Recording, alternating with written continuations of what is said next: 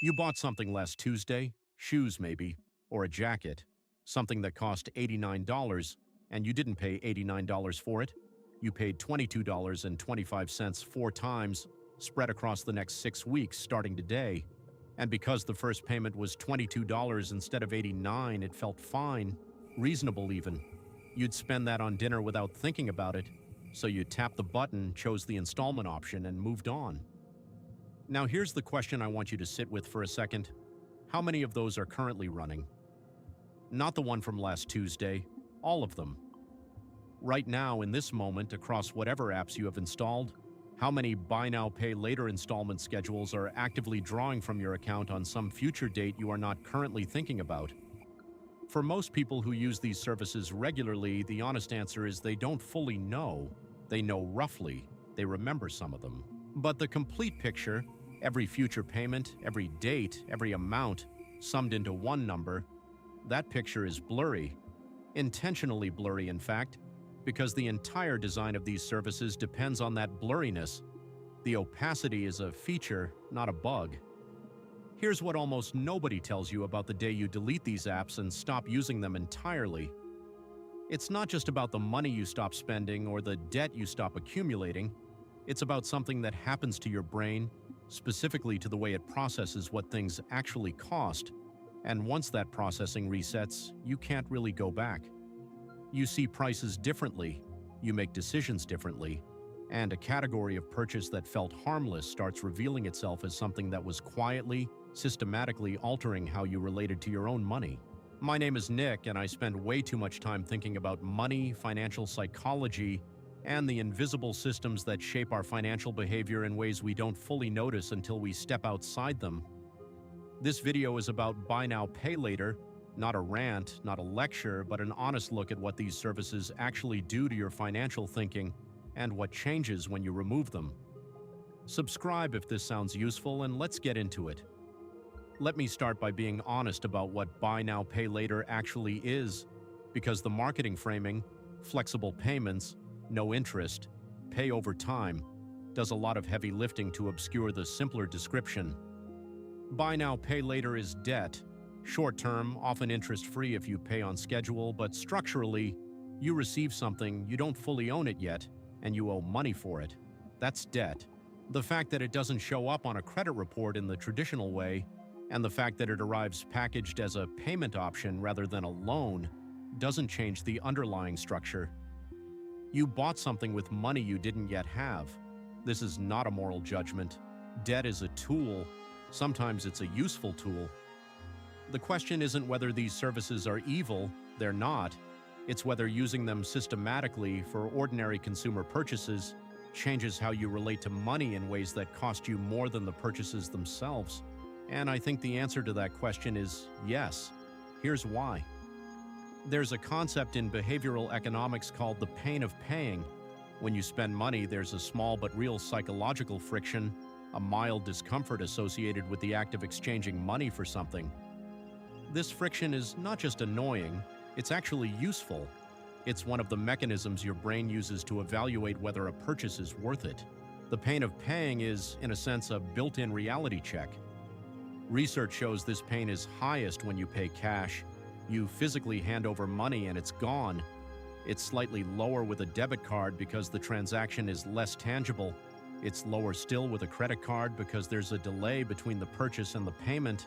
And with buy now, pay later, it's lower than any of those because the full cost is fragmented into pieces small enough that each individual payment doesn't feel significant, while the moment of purchase feels essentially free.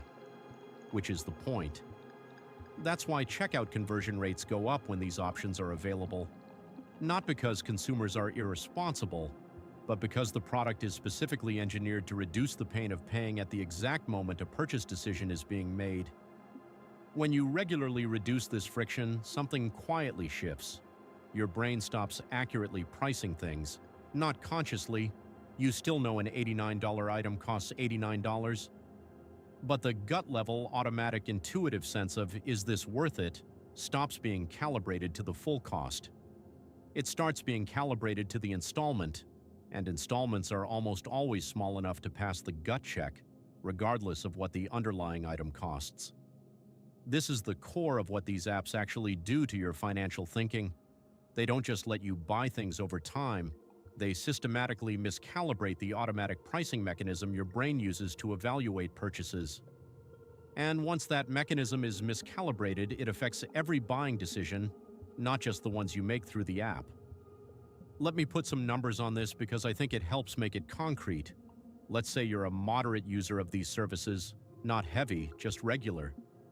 Maybe you run 3 or 4 installment plans at any given time, each for amounts between $40 and $150. Your total outstanding buy now, pay later balance at any given moment is somewhere around $300 to $500, spread across various future dates. Here's what that actually looks like from a cash flow perspective. At some point in the next 6 weeks, your account is going to have payments come out of it that you are not fully consciously tracking right now. Some of those dates are coming up in 2 days, some in 3 weeks. The total amount is $300 to $500 that your account will be drawn down by, on a schedule you have some but not complete awareness of.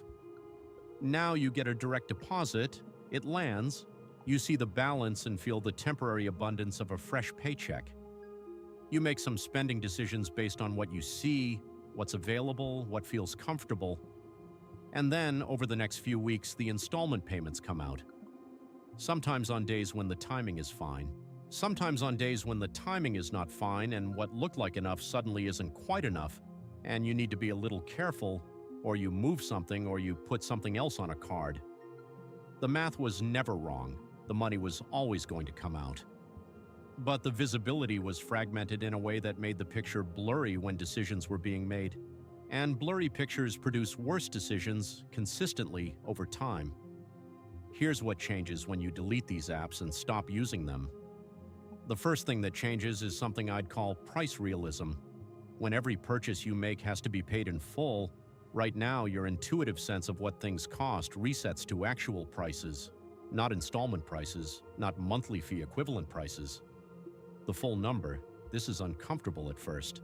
Things that felt affordable through an installment lens suddenly reveal their actual price, and some of those prices are more than you'd consciously choose to spend on those things at once.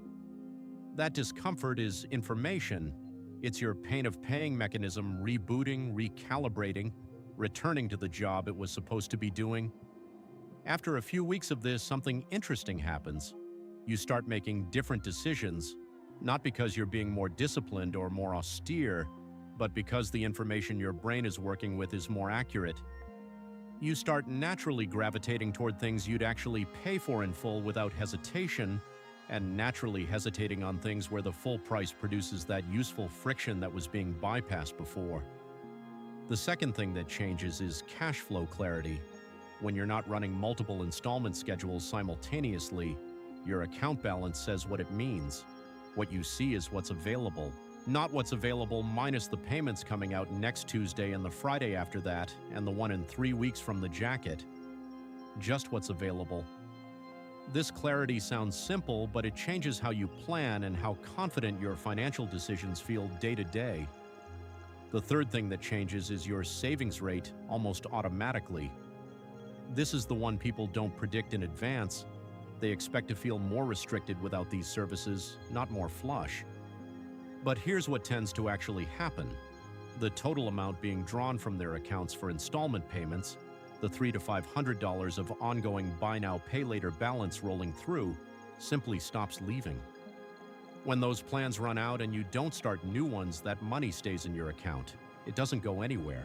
Which means for most moderate users, stopping these services produces something that looks a lot like an automatic savings rate increase of somewhere between $100 and $300 a month without any change in income at all.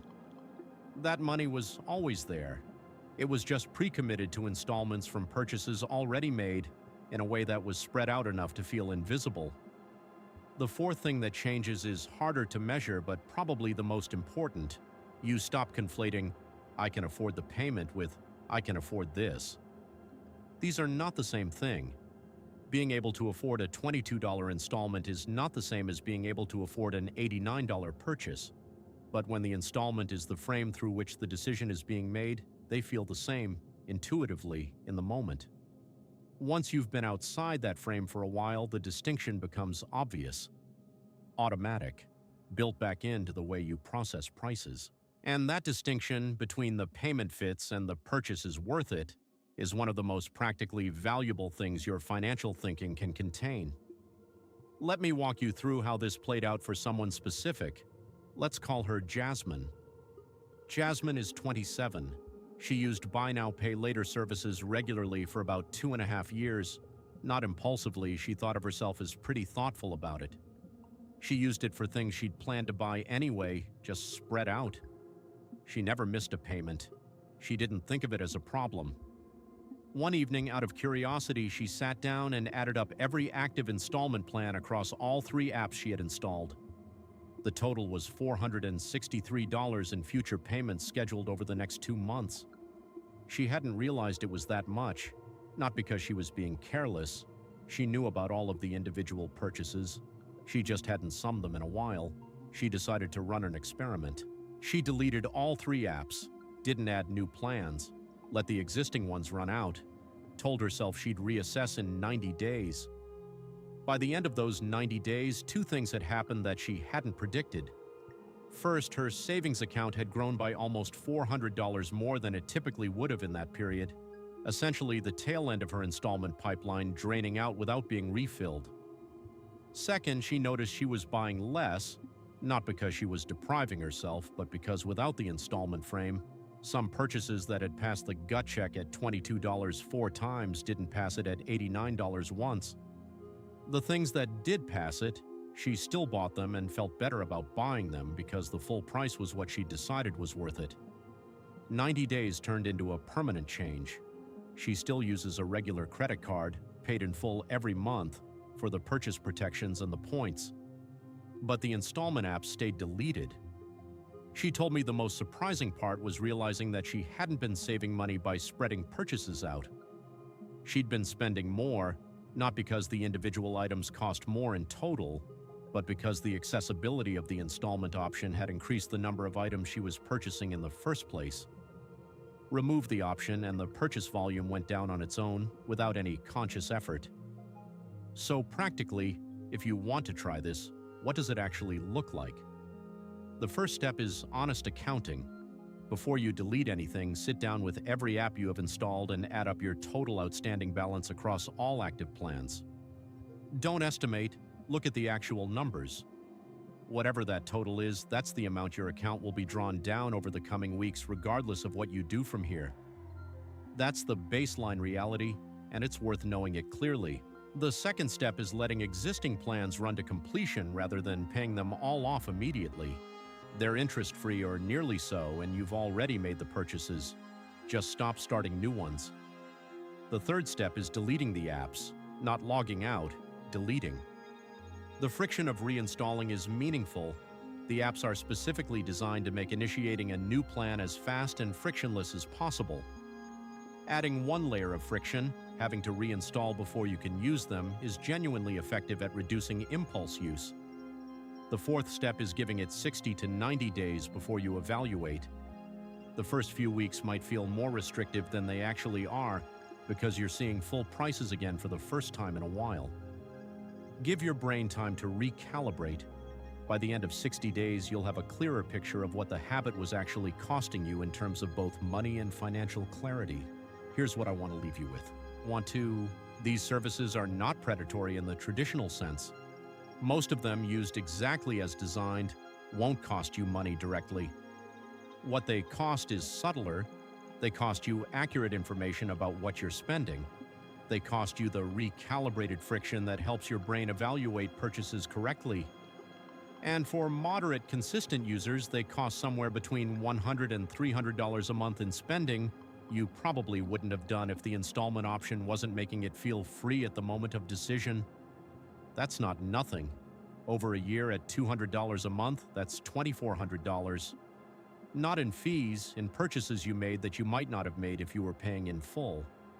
Money that could have gone to the 1-month savings buffer we talked about in another video, or to your first investment account, or to the passive income machine we discussed before. The apps themselves aren't the point. The financial clarity on the other side of them is. Drop a comment and tell me, do you currently use any of these services?